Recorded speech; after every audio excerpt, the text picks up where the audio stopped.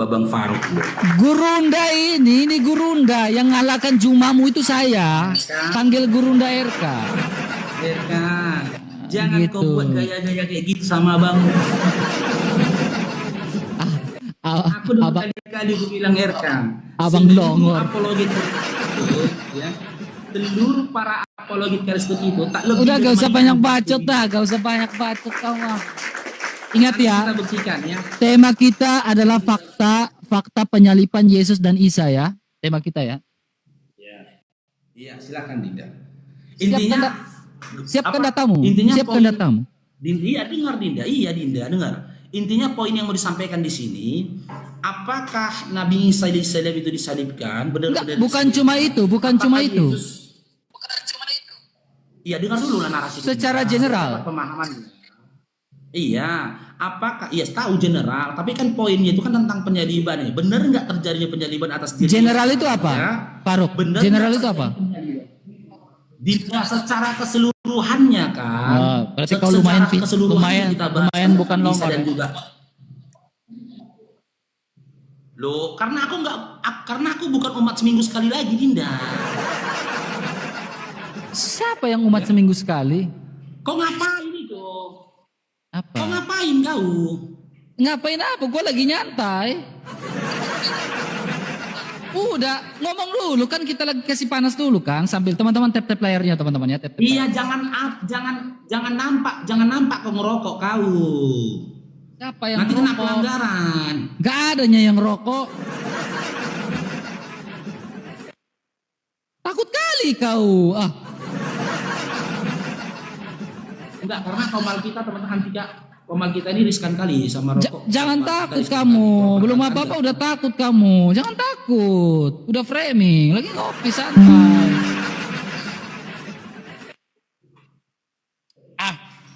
Enak ah. Nanti cobain buka dua indahnya. Enak. Ya enak lah. Jadi kalian enak. Apa Gondrong yang nggak pernah enak sama kalian. Si gondrong ini kan banyak. Ngomong langsung namanya gitu. Ada temen gue si gondrong. Tanya Siapa? nama dia kan RK. Siapa namamu? Mamat. Nama dia kemarin pertama kali kenal berapa tahun yang lalu. Enggak, apa namanya? Si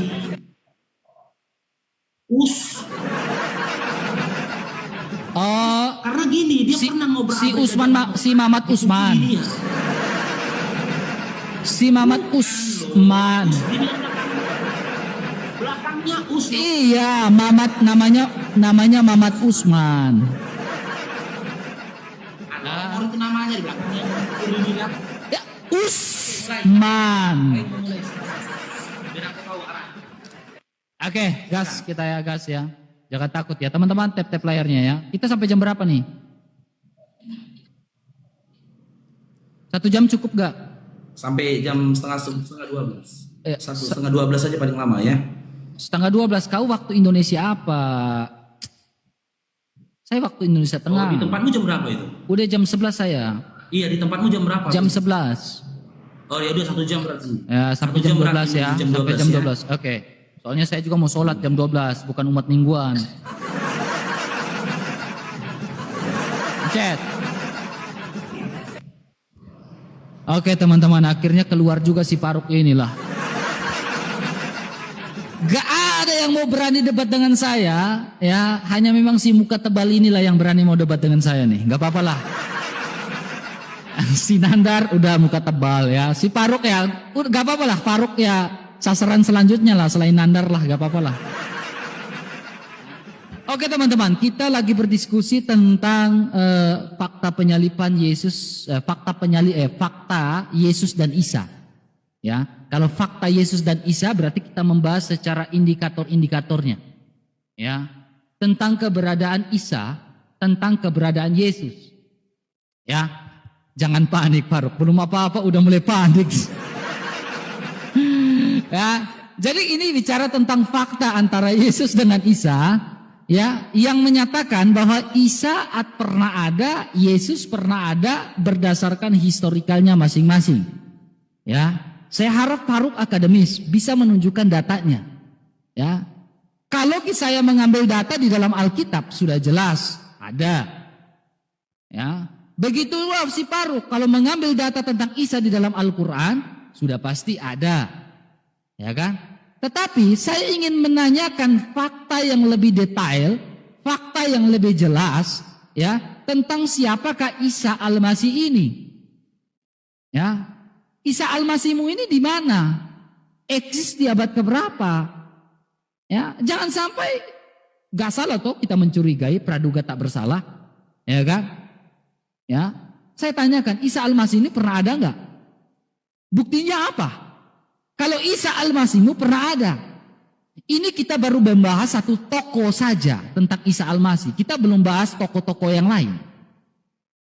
Ya, kalau memang Isa Al-Masihmu itu ada, tentunya kamu harus menunjukkan data, data yang objektif, bukan data subjektif.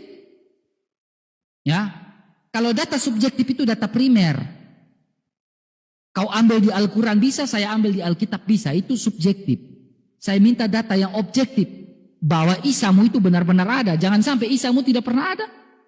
Kalau kau tidak bisa menunjukkan fakta secara objektif tentang Isa Al-Masihmu, maka konsekuensinya adalah Isa Al-Masihmu nggak pernah ada. Ya, jadi debat gak usah framing, tunjukkan datanya aja. Kalau Isa Al-Masih, sekarang saya tanya dulu, Isa Al-Masih dengan Yesus sama nggak menurutmu? Ya, kamu jawab tuh nanti. Menurutmu Isa Al-Masih dengan Yesus itu sama atau tidak? Kalau saya bilang beda, saya nggak mau menyamakan Yesus saya dengan Isa Al-Masihmu. Ya, kalau Yesus saya berbeda dengan Isa Al-Masihmu, hendaklah kau menunjukkan data, menunjukkan fakta. Ya, kalau kau bilang sama, buktinya apa? Ya, tapi kalau kau bilang sama, berarti kau berbeda dengan Rifa dan lainnya. Ya. Pandangan sesama Islam berbeda juga. Rifa nggak bilang sama tuh. Yesus dengan Isa dia nggak pernah mau menyamakan. Saya nggak tahu Faruk bilang sama atau beda nih. Kalau kau bilang sama, berarti kau konsili dulu sama Rifa. Ya, mufakat dulu kau sama Rifa. Yesus dengan Isa sama kak? Nah, belum apa-apa udah tarik napas dia teman. Belum apa-apa udah tarik nafas dia teman. Belum apa-apa. Ya, kalau memang Isa Al-Masih bukan tokoh fiktif, silakan tunjukkan. Saya nggak minta data-data yang lain. Saya minta data objektif, bukan data primer. Ya, data objektif. Ngerti toh? Objektif itu apa? Jangan sampai nggak ngerti objektif itu apa. Ya, gak usah panik. Belum apa-apa. Jangan gitulah Faruk. Belum apa-apa gak panik. Saya bisa menunjukkan. Ini saya masih prolog. Saya belum menunjukkan. Saya mengerti mana itu prolog, mana itu bicara pembukaan latar belakang seperti apa. Saya belum masuk ke isi. Ya, saya akan tunjukkan isinya. Saya akan tunjukkan buktinya setelah ini. Ya, silakan Anda juga prolog. Silakan Anda prolog. Ya, sampaikan fakta, sampaikan data. Ya, jangan data primer, karena saya tidak akan terima data primermu di dalam Al-Quran. Saya tidak akan terima. Ya, saya tidak akan terima data primermu yang ada dalam Al-Quran. Karena apa? Kalau kita bahas Al-Quran dikit-dikit penistaan. Ya, jadi data objektif yang kredibel, bukan data abal-abal ya. Silakan Faruk, saya harap kamu mengerti arah dan latar belakang pembicaraan saya. Berarti tadi nggak pertanyaannya ketika kau tanyakan tadi sama aku, apakah Nabi Isa alaihissalam dengan Yesus sama atau beda? Itu kamu ngerti latar belakang nggak? Dengar Dinda tadi. Pernah nyusun skripsi nggak? Kok belum apa-apa udah kejang-kejang sih? Pernah itu harus ditanggapin. Kamu bisa jawab nggak? Silakan jawab. Silakan tanggapi dan jawab. Oke, udah siap. Kok belum apa-apa udah kejang-kejang sih, Faruk? Belum apa-apa udah kejang-kejang kamu. Silakan. Prolog kan? Udah dimit Dinda. Oke, assalamualaikum warahmatullahi wabarakatuh. Ya, alhamdulillah buat semuanya. Allahumma shalli ala Muhammad wa ali Muhammad. Kalian saksikan nih, hari ini Bunyak bikin sharekan.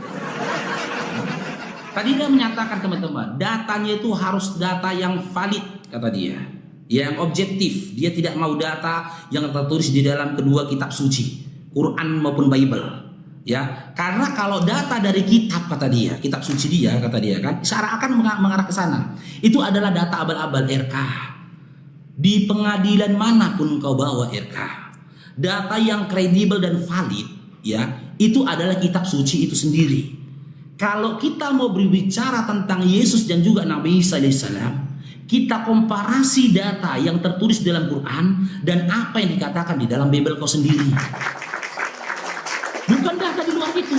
Makanya berkali-kali aku bilang sama kalian teman-teman Kristen, ketika kau jadikan Bible kau nggak punya harga diri dengan kau kais-kais buku sejarah untuk membenarkan Biblemu, jangan kau samakan dengan Quranku, Dinda.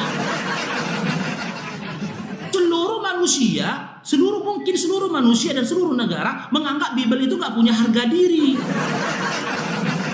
Makanya satu-satunya kitab yang ditolak di sebuah negara, Amerika maupun di Amerika dan juga di Korea Selatan itu Bible.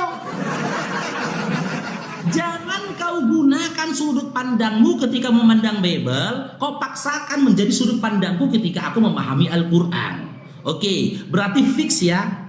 Ya, materi diskusi kita hari ini Nabi Isa alaihissalam versus Yesus. Gitu loh. Siapa di antara kedua tokoh ini yang real dan juga fiktif? Ketika kita menggali informasi tentang Yesus, kita gali informasi berdasarkan apa yang tertulis dalam kitabmu yaitu Bible. Dan sumber informasi kami ketika kami mengkaji tentang Nabi Isa alaihissalam, ya, acuan kami adalah Al-Quran, bukan buku sejarah atau buku-buku lainnya. Quran as-sunnah, yaitu sunnah Nabi Muhammad SAW, yaitu hadisnya. Nah, sebelum kita bahas ke situ, sebelum kau tanya aku, Nabi Isa alaihissalam dengan Yesus ini sama apa tidak? Kita kaji dulu. Isa alaihissalam sama Yesus yang mana yang benar-benar dilahirkan?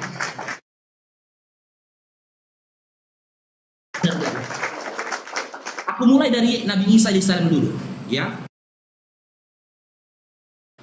Sebelum kita mengkaji kelahiran dari Nabi Isa alaihissalam, kita kaji dulu fitnah yang diterima ibunya.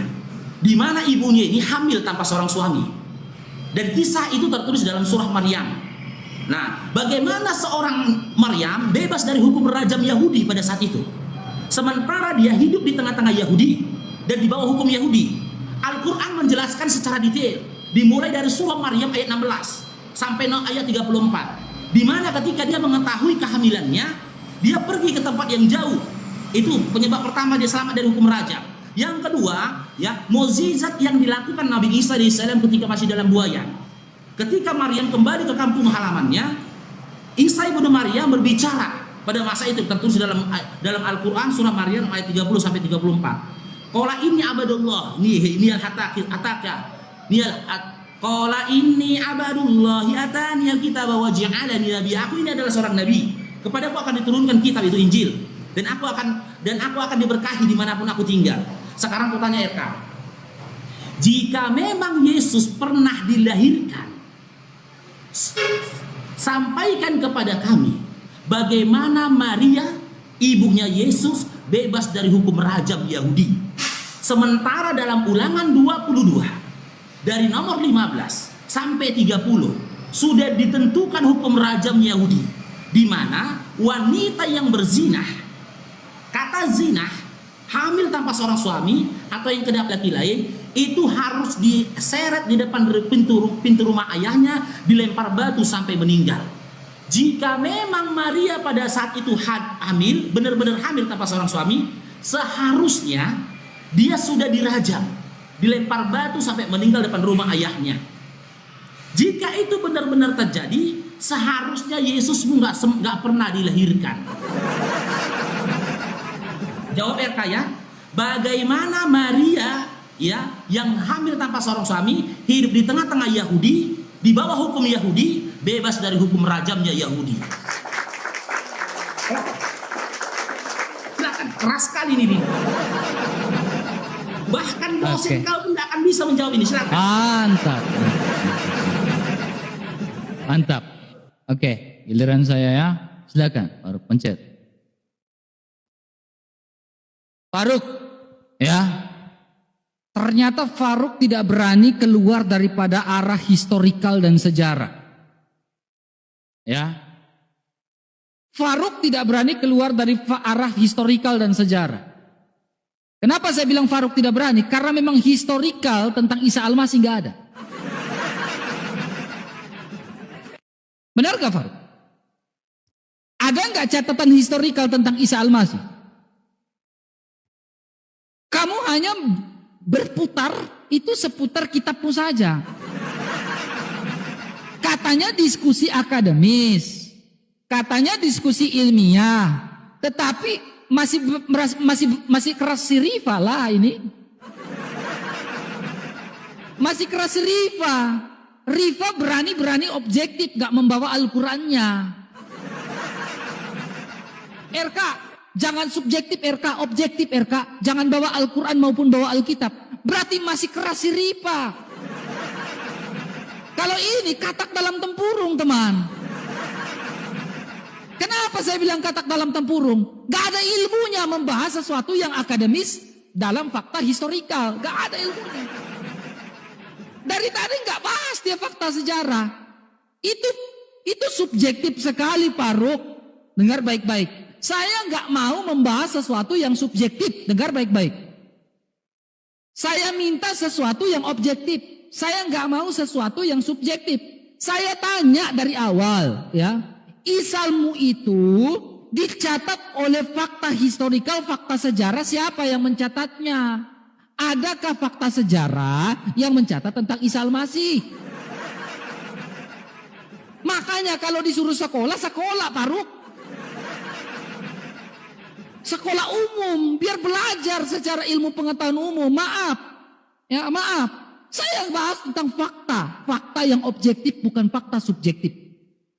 Ngerti kan? Di sini kita bahas tentang triangulasi data. Pernah nggak dengar triangulasi data? Pasti nggak pernah dengar. Makanya saya bilang sekolah. Triangulasi data ini bicara tentang data kuantitatif dan data kualitatif. Bentuklah sebuah metode namanya metode triangulasi. Ya. Kalau data yang subjektif itu kitab saya udah selesai. Udah apalagi? Ya udah lakum dinukum, selesai. Lakum dinukum. Ya. Kemudian kedua, ya, saya nggak mau bahas yang lain. Kau perhatikan baik-baik. Saya akan jawab sebuah pertanyaanmu secara teologis akan saya jawab. Ya, ya, ini waktunya tipis. Yesusnya kami, Marianya kami berbeda dengan Marianya kamu. Kenapa saya bilang beda? Nih, kau perhatikan baik-baik. Marianya kami di dalam Lukas pasal 2, ketika menerima kabar gembira dari malaikat Gabriel, dia mengatakan, jiwaku memuliakan Tuhan, hatiku bersorak-sorai karena juru selamatku. Bergembira Maria kami. Nah sekarang kita lihat, bandingkan dengan Maryam 23. Dia bilang apa nih? Rasa sakit melahirkan memaksaku bersandar pada pangkal pohon kurma. Dia Maryam berkata, oh seandainya aku mati sebelum ini. Maryam kamu kenapa mengatakan, oh seandainya aku mati sebelum ini. Berarti Maryam kamu teladannya berbeda dengan Maria kami yang betul-betul bersuka cita. Seandainya aku mati sebelum ini, beda enggak? Beda.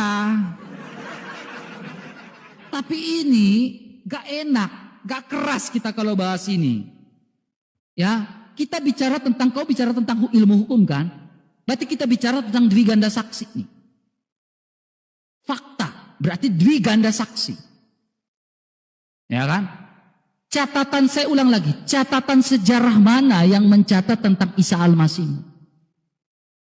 Gak usah kemana-mana, bukti bahwa Isamu bukan tokoh fiktif. Ya, manusia ini punya historis gak? Punya kan? Ya, ini ketawa karena ketawa orang gak sekolah nih, agak berat. Dikit lagi kena penyakit ain, berat nih. Kalau ada catatan historisnya berarti bukan fiktif. Saya minta catatan historisnya bahwa Isamu itu dicatat dalam sebuah historik. Di abad keberapa dia hidup? Di abad keberapa dia eksis? Maryammu itu hidup melahirkan Isa di abad keberapa? Pemerintahan raja siapa? Bukti bahwa dia ada, bukti bahwa dia eksis. Ya, tolong jawab, jangan kemana-mana, nggak usah bahas Alkitab dan Al-Quran, bahas sejarah. Ya. Kayaknya kamu nggak paham ya Faruk ya. Ayo Dinda, silakan Dinda. Biar abangnya tanggapi. Jawab ya, fakta sejarah ya. Silakan. Silakan Dinda, silakan Dinda. Ya.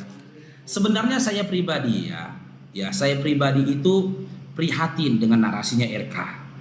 Di mana seakan-akan dia lebih percaya tulisan sejarah yang ditulis oleh manusia ketimbang Bibelnya yang katanya firman Tuhan. Coba. Dia mengais-ngais tulisan sejarah untuk mengetahui tentang Yesusnya sendiri, coba.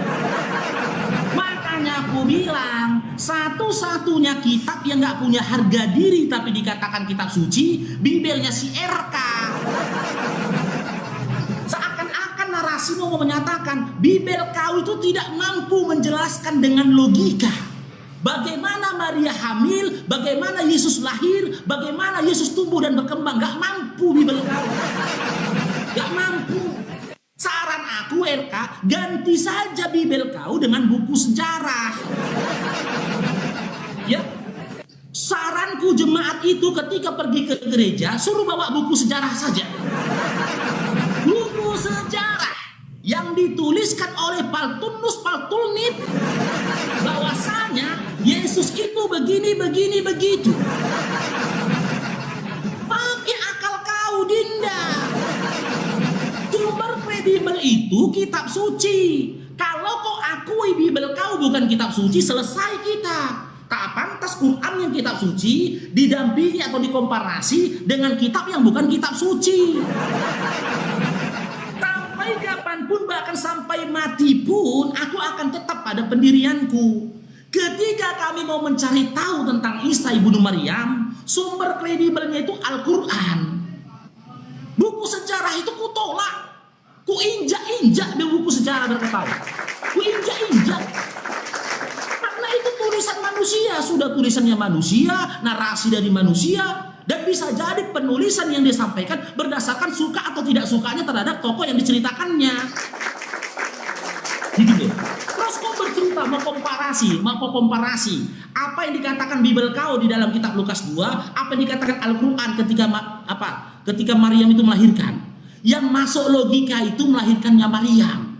Ketika dia berkata, aduhai, alangkah baiknya aku mati sebelum merasakan ini. Aku menjadi orang yang ditinggalkan. Karena apa? Itu manusiawi RK. Itu selaras dengan logika. Karena apa? Sampai detik ini, aku belum menemukan satu perempuan pun ketika melahirkan, ya, dia malah berkata begini, aduhai enak sekali. Puji-pujian senandung atas Tuhan.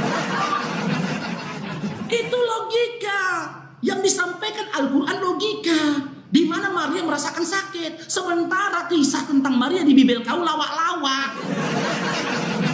Gak ada, coba yang perempuan tepin di bawah. Pernah gak ada perempuan yang melahirkan? Enak oi. Tuhai firman Tuhan. Puji-pujian menyertainya. Ahai, gak ada. Itulah yang menjadi alasan aku semakin kuat dalam iman dan Islamku RK. Karena apa yang disampaikan oleh Al-Quran selaras dengan akal. Karena memang hakikat manusia seperti itu. Ketika dia merasakan sakit, dia akan merintih dan sedikit bersungut-sungut atas dirinya. Baru satu match teman-teman. Si RK ini sudah teberak. Bible dia tidak akan bisa menjelaskan bagaimana Maria ya bisa lolos dari hukum rajam Yahudi. Sementara biar kau tahu, dia hamil tanpa seorang suami. Oh, dia dinikahi sama Yusuf. Baca dalam Ulangan 22 nomor 28 sampai 29. Wanita hamil yang boleh dinikahi kalau laki-laki itu mengaku telah memperkosanya. Wanita hamil tidak boleh dinikahi kecuali laki-laki itu mengaku telah memperkosa si perempuan itu. Maka dalam Ulangan 22 nomor 28 sampai 29 wajib untuk dia menikahinya dan tidak boleh menceraikannya. Aku sudah jelaskan kepada kamu bagaimana Maryam ya bebas dari hukum rajam Yahudi hingga mampu melahirkan Nabi Isa di Salem. Sekarang kau jawab Dinda ya. Jangan kau jijik baca Bibel, tolong. Jangan kau kayak si Oki, bom-bom yang lainnya. Kalau disuruh baca Bible, jijik. Lebih suka baca buku sejarah, jijik. Beri penjelasan berdasarkan Biblemu. Bagaimana Maria bebas dari hukum rajam Yahudi, sementara dia hidup di tengah-tengah Yahudi dan hidup di bawah hukumnya Yahudi. Silakan. Oke, gampang. Jadi nggak ada data historisnya, Faruk. Nggak ada data historisnya, jujur aja. Kan abang udah bilang samamu, Dinda, derajat kitab suci itu di bawah penjelasan dan juga buku dari sejarah itu sendiri, Dinda. Oke, sekarang saya tanya, apakah perkataan Al-Quran bisa dibuktikan? Mulai waktunya, lo, kok jadi kayak gini? Mulailah waktunya. Oke. Nah, Apakah perkataan Al-Quran bisa dibuktikan? Jawab dulu, ya atau tidak? kita sekarang TikTok kan jadinya. Ya, saya tanya, tinggal kamu jawab, apakah Al-Quran bisa dibuktikan? Oke, saya jawab ya. Ya atau tidak? Oh, nggak bisa gitu, Dinda. Saya jawab dulu menjelaskannya. Saya Ya udah diam, udah diam. Mute. Ya, gak berani tektokan dia, gak berani dia. TikTok kan, saya jawab. Udah, diam. Nih, saya jawab menurut kamu ya, kamu lihat baik-baik ya. Oke, silakan. Ini semua pengetahuan ya kita tentang Santo Yusuf, suami perawan Maria. Ya. Adalah ayah piara Yesus, putra Allah bersumber pada 2 abad. Ini sumber dari Katolik sendiri ya. Dari Injil Matius dan Lukas, secara umum Yusuf dianggap sebagai ayah Yesus. Sah. Anaknya sampaikan, Dinda. Sah. Karena Yusuf adalah keturunan dari Raja Daud. Yesus adalah keturunan Daud. Maka Yesus dianggap sebagai keturunan Raja Daud. Yesus lalu disebut sebagai putra Daud. Hubungan Yusuf dan Maria daripada satu hubungan pertunangan. Hubungan mereka merupakan suatu hubungan perkawinan yang sah. Rantai sanak informasi. Sah, ya. Sah di sini. Walaupun pada mulanya mereka tidak pernah hidup suami istri kira-kira selama 2 tahun. Mereka tidak pernah hidup ya di bawah satu atap. Ketika Maria mengandung secara ajaib dari Roh Kudus, Yusuf bingung bermaksud untuk meninggalkan Maria. Secara diam-diam, namun Yusuf yang saleh itu tidak percaya akan godaan kebingungan dan kecurigaan terhadap Maria yang sedang hamil itu. Matius dalam Injilnya mengatakan bahwa Yusuf memutuskan ya untuk meninggalkan Maria secara diam-diam pada saat itu. Matius pasal 1 ayat 19. Tapi nyatanya Matius 1 ayat 25 di mana Lukas 1 ayat 22 ayat 7 Yusuf tidak meninggalkan. Karena secara ini sah, secara hukum Yahudi. Ya, saya sudah jawab datanya itu. Ya, Sangat, Dinda. itu data sah. Ya. Sekarang pertanyaan saya simpel, Faruk. Jangan kejang-kejang. Punya etika. Ya, punya etika. Nah, sekarang Faruk, tadi kamu mengatakan perkataan Al-Quran itu harusnya bisa dibuktikan, kan? Ya kan? Jikalau perkataan Al-Quran itu bisa dibuktikan, mari kita buktikan, Faruk. Ya, Faruk, kita buktikan.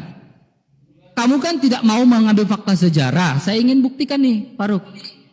Coba, kalau memang Al-Quran itu firman Allah, tentunya bisa dibuktikan. Kamu nggak mau. Saya ini sebenarnya bukan sebuah tema, tetapi ini sebuah mirroring saja. Bahwa perkataan Allahmu itu bisa dibuktikan atau tidak. Di dalam surah Al-Kahfi ayat 996.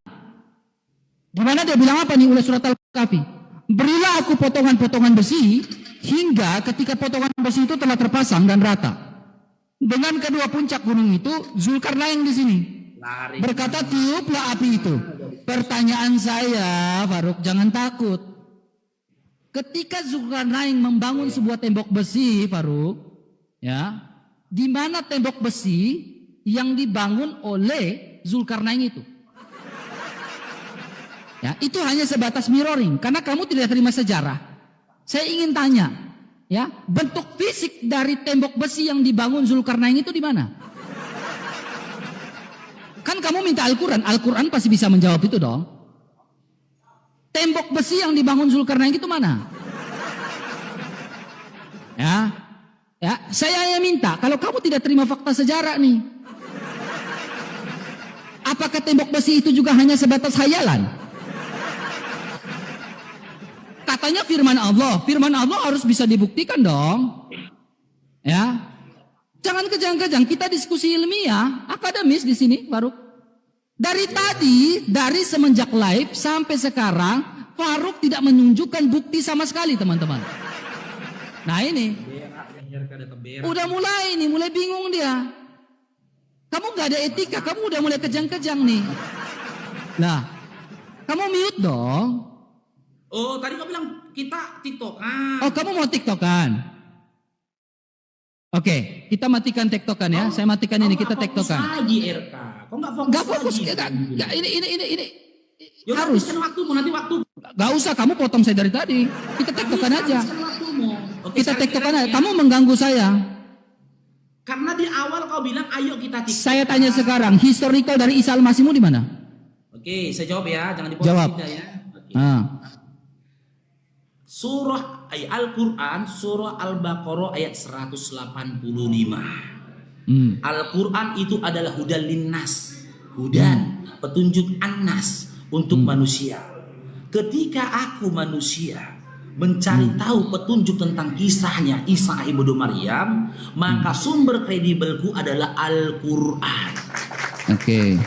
Dengar dulu. Sekarang Al-Quran yang menyatakan Isa Al-Masih tidak disalibkan itu, Belum kan tektokan kamu mau. Iya, belum selesai. Kan kamu mau tektokan, ya udah saya ladenin kamu tektokan. Tadi ngomong panjang lebar nggak? Ketika Al-Quranmu menyatakan Isa Al-Masih disalibkan itu, berapa banyak ayat yang menyatakan Isa Al-Masih tidak disalibkan? Tidak disalibkan. Iya. Ketika Al-Quranmu menyatakan Isa Al-Masih tidak disalibkan, berapa banyak ayat yang menyatakan Isa Al-Masih tidak disalibkan? Oke, ya. Berapa? Dwi ganda saksi ya. Oke, berapa apa? Saksi. Dwi ganda saksi ya. Tidak ada saksi gitu. Kita lagi berbicara, kok kamu gak ngerti dwi ganda saksi sih, ya Allah. Makanya ngomong itu jangan kau timpal-timpal. Ya Allah. Susah nih, saya diskusi dengan orang gak sekolah nih. Saya tanya kamu, kita lagi bicara dwi ganda saksi kan? Berapa banyak ayat yang mengatakan Isa Al-Masih tidak disalibkan dalam Al-Quran? Oke, berapa banyak ayat yang menyatakan dalam Al-Quran ya bahwasanya Nabi Isa disalib tidak disalibkan ya. Untuk jumlahnya aku belum mengkaji secara pasti berapa jumlahnya kan. Tapi yang pastinya ya, Hanya ada satu ayat betul di An-Nisa 157, betul atau tidak? dengar dulu biar aku jelaskan. Ini Hanya satu ayat betul? udah keberak. Sudah keberak Nah, kau, makanya ngajak Kok TikTokan. kamu jangan et hominem dong? Dengar dulu. Kan kamu mau tektokan dengan saya ladenin kamu tektokan nih, Faruk. Ya sudah kita PK aja lah ya biar tertib lagi. Lah tadi saya PK kau gak mau, kau motong saya. Sabar. Yang ngajak duluan TikTokan tadi kan. Kamu ngajak saya tektokan, saya ladenin kamu tektokan. Kamu nggak bisa tektokan dengan saya. Kamu yang ngomong sekarang ya, tapi ketika nanti aku ngomong jangan dipotong dia. Oke, sekarang saya tanya, enggak, saya mau tektokan dengan kamu. Ya, silakan. Berapa banyak kita bicara dwi ganda saksi? Kalau hukum dwi ganda saksi, berarti kalau hanya satu saksi saja, itu dinyatakan sah atau tidak? Sudah? Jawab, dinyatakan sah atau tidak? Oke. Simak teman-teman ya, dia bertanya kepadaku, kalau tidak ada saksi lebih dari satu, sah atau tidak? Dinda, kalau kehendak itu adalah kehendaknya Allah, maka tak butuh saksi.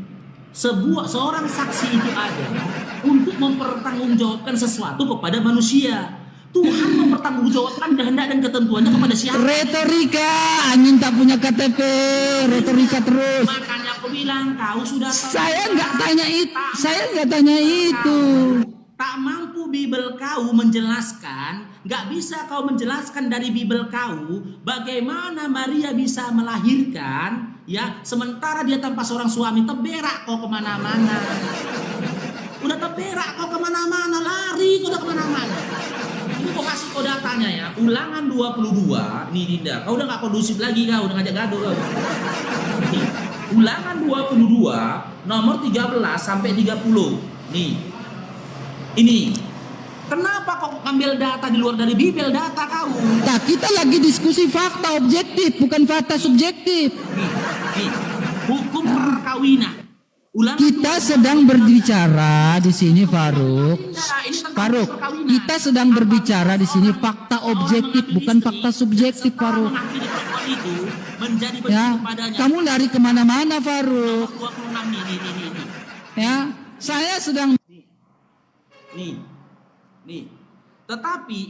Tetapi jikalau dipandang laki-laki itu bertemu dengan gadis yang telah bertunangan, ini kita mulai dari nomor 19 saja ini.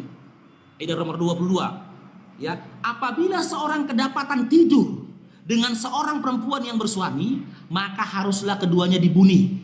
Laki-laki yang telah tidur dengan perempuan itu dan perempuan itu juga demikian harus kau hapuskan yang jahat itu dari antara orang Israel. Apabila ada seorang gadis yang masih perawan dan yang sudah bertunangan, jika seorang laki-laki bertemu dengan dia di kota dan tidur dengan dia, jedel, selamat datang di penjara. Apa katanya? Apa katanya? Di ayat 24-nya ini Dinda. Maka haruslah mereka keduanya kamu bawa keluar pintu gerbang kota dan kamu lempari dengan batu sehingga meninggal gadis itu. Karena walaupun di kota ia tidak berteriak-teriak, dan laki-laki itu karena ia telah memperkosa istrinya sesamanya manusia. Demikian harus kau hapuskan. Jika memang benar terjadi kehamilannya Maria tanpa seorang suami, harusnya Maria itu dirajam, dilempar batu sampai meninggal. Karena dia adalah wanita perawan yang ternyata hamil. Sudahlah hamil, diisu-isukan dekat sama Yusuf. Maka besar dugaan orang pada masa itu, Yusuf telah berzinah dengan Maria. Maka Maria harusnya dilempar batu sampai meninggal. Karena Maria dilempar batu sampai meninggal, harusnya Yesusnya nggak sempat dilahirkan. Nih, tetapi, nah ini, jika dipandang laki-laki itu bertemu dengan gadis yang telah bertunangan itu, memaksa gadis itu, ini pemerkosaan, ya, memaksa laki-laki itu, gadis itu tidur dengan dia, maka hanyalah laki-laki yang tidur dengan gadis itu yang dilempar mati, ya. Kalau dia memaksa, maka dia harus dilempar mati. Nah, nomor 28 sampai 29-nya. Inilah mungkin dalil yang kalian ambil pernikahannya Maria.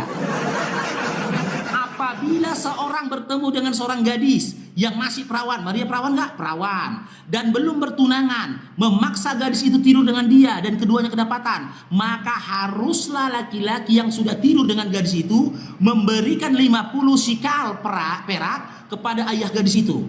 Dan gadis itu haruslah menjadi istrinya. Jika memang Yusuf memperistrikan Maria, berarti ayat yang pantas untuk kisah mereka adalah Ulangan 22 nomor 29. Ulangan 22 nomor 29. Kalian mau mengatakan kepada semua orang bahwasanya Yusuf telah memperkosa Maria. Gitu. Gitu Dinda. Ya, itu hukum pernikahan di dalam Yahudi. Ku yakin kau nggak tahu itu RK. Makanya kau jawab pertanyaanku. Jika memang Yesus itu pernah dilahirkan, terlalu offside kita, terlalu prematur kita menceritakan tentang dilahirkannya Yesus. Coba kita kaji dulu kehamilan mamanya ini, Maria.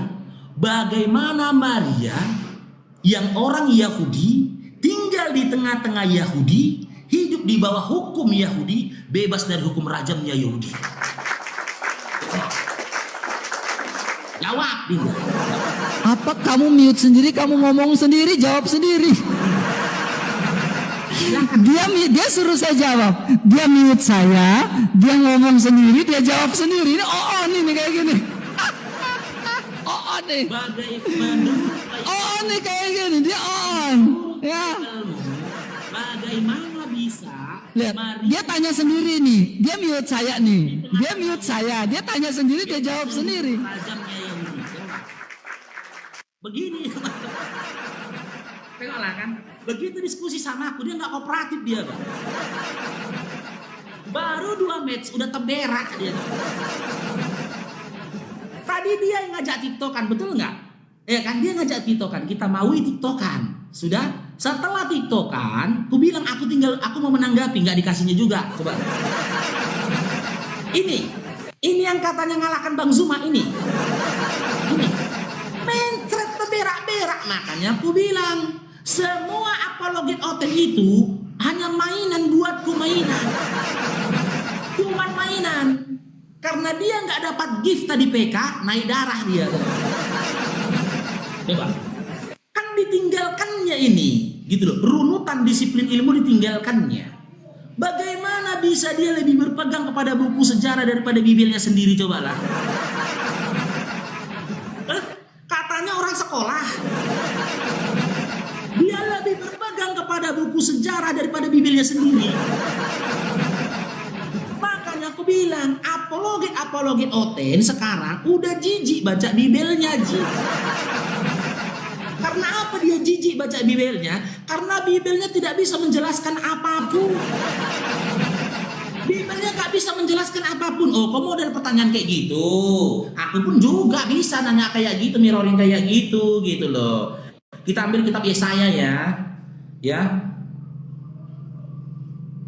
Nih, kau kalau model pertanyaan kayak gitu, aku pun punya RK. Kitab Ayub yang kita bawa nih ya, nih. Ayub 26:11 nih. Ayub 26:11 aja nih. Nah, kalau main tunjukkan RK. Tunjukkan mamaku di mana langit bertiang, tunjukkan. Ayub 26:11 dikatakan tiang-tiang langit bergoyang-goyang, tercengang-cengang oleh hardiknya. Mana langit bertiang, mana? Tunjukkan sama aku di mana ada langit bertiang, di mana? Hah? Tunjukkan sama aku mana langit bertiang. Tahu kalau model kayak gitu, ayo kau tanyakan sama aku kan di mana gunung yang dibangun oleh Zulkarnain. Kan gitu. Kau baca di ayat berikutnya. Di ayat berikutnya itu dikatakan ditutupi oleh Allah itu. Gitu loh. Dan kelak ini akan dihancurkan. Akan hancur jika Allah berkehendak. Kalau model tanya-tanya di mana ini, aku pun bisa ya. Di mana ada langit bertiang, tunjukkan. Atau ini. Kalau main tanya-tanya ini, kau bubuk kau sama aku kalau model. Tadi kita udah sepakat kan, kita diskusi itu jangan merosting, jangan framing, bubuk kok nanti nangis kok kan ini. Di Yeskiel 23:20, tunjukkan nama aku laki-laki yang zakarnya sebesar zakar kuda. Di mana? Di mana ada laki-laki yang punya zakar sebesar zakar kuda? Di mana? Hah? Jangan kau tanyakan sama aku temboknya Zulkarnain. Hah? Tunjukkan sama aku di mana laki-laki punya zakar sebesar zakar kuda. Di mana? Kalau boleh tunjukkan di mana? Di mana ada laki-laki yang punya zakar sebesar zakar kuda? Tunjukkan. Berubah muka kau kan? Nangis kau kan? Nah, cuman rekam teman-teman. Wallahi rekam teman-teman. Cuman diskusi sama Bang Faruk lah mukanya mau nangis, tengok lihat. Cuman diskusi sama kau aja mukanya mau nangis. Kalau sama yang lain bisa ketawa-ketawa kau. Bisa ngejek-ngejek kau, menghujat ngolok-ngolok kau, sama aku bubuk kau. Aku udah bilang tadi jangan roasting, jangan framing, kita diskusi baik-baik aja. Kau yang memulai, bubuk lah kau berdua. Tunjukkan sama aku RK, di mana ada laki-laki yang punya zakar sebesar zakar kuda, tunjukkan. Nanti ku tunjukkan sama kau tembaknya Zulkarnain. Ayo RK, tunjukkan sama aku. RK, oh aku mau yang lain lagi. Oke, yang lain lagi, nggak boleh gitu. Ya kita buka Kidung Agung 6. Nggak boleh gitu, Kidung Agung 7 aja lah. Nggak boleh gitu, jangan dipaksakan si RK-nya, kasihan dia bang. Kidung Agung 7, nih Kidung Agung 7 kita bacakan ya RK ya. Nih. Betapa cantik, betapa jelita engkau, hai tercinta di antara segala disenangi. Sosok tubuhmu seumpama pohon kurma. Di mana ada perempuan yang punya badan kayak pohon kurma. Dan buah dadamu gugusannya. Tunjukkan sama aku perempuan yang punya buah dada seperti gugusannya pohon kurma. Tunjukkan. Tunjukkan sama aku. Inilah alasannya kau jijik baca Bibel kau. Ketika aku minta data dari kau, ya data kredibel dari kau, dari Bibel kau, Quran versus Bibel, kau bawa buku sejarah. Kenapa? Jijik kau orang isinya kayak gini coba. Makanya kau melarikan ke buku sejarah. Karena isi Bibel kau gini-gini semua model. Kita komen tunjuk-tunjukkan tadi kan? Tunjukkan sama aku RK, perempuan yang punya buah dada seperti gugusan pohon korma. Tunjukkan. Ayo korma RK, tunjukkan RK. Hah? Nangis nggak kau? Jangan sampai kubuka ya. Aku bersurat bilang sama RK ya. Jangan sampai kukuliti isi Bibel kau ya. Jangan sampai kukuliti isi Bibel. Jangan sampai kukuliti. Tunjukkan sama aku berdasarkan kitab Kidung Agung 7 nomor 6 sampai 8. Tunjukkan sama aku di mana perempuan yang punya buah dada seperti gugusan pohon korma. Ya, atau seperti apa yang tertulis di dalam Yeskiel 23 nomor 20. Tunjukkan sama aku laki-laki yang punya buah zakar sebesar zakar kuda. Tunjukkan RK. Atau berdasarkan kitab Ayub tadi, tunjukkan sama aku di mana langit bertiang. Nangis kok kan? Kejang-kejang kok. Makanya dari awal kan ku bilang tadi teman-teman kan, sebelum PK-nya dimulai, kita jangan framing, kita jangan roasting, diskusilah kita ilmiah. Kan wajar kan aku minta Bible versus Quran, Quran versus Bible. Ini lari dong sejarah. Bible jadi sesuatu yang ditinggalkan, Bang. Buku sejarah yang dibacakan share tadi. Kalau kamu lebih percaya kepada buku sejarah, sampaikan sama jemaatmu. Kalau ke gereja bawa buku sejarah ya. Nih, orang Kristen jadinya kalau ke gereja. Nih, dibawa pegang bukunya. Dibilang sama pendetanya, share ke pendetanya kan, buku sejarah. Di dalam halaman 211 dikatakan di sini bahwasanya Yesus itu begini. Tengok ya, ada ISBN-nya, buku sejarahnya ada ISBN. RK kan selalu kayak gitu deh kan. Ini ya, yang ada ISBN-nya. Ya. Jadi, berdasarkan apa yang disampaikan oleh buku sejarah ini, Yesus itu ketika dia membangkitkan orang mati itu hidup sekian menit lamanya. Kasihan tukang jual buku Bible, kasihan pedagang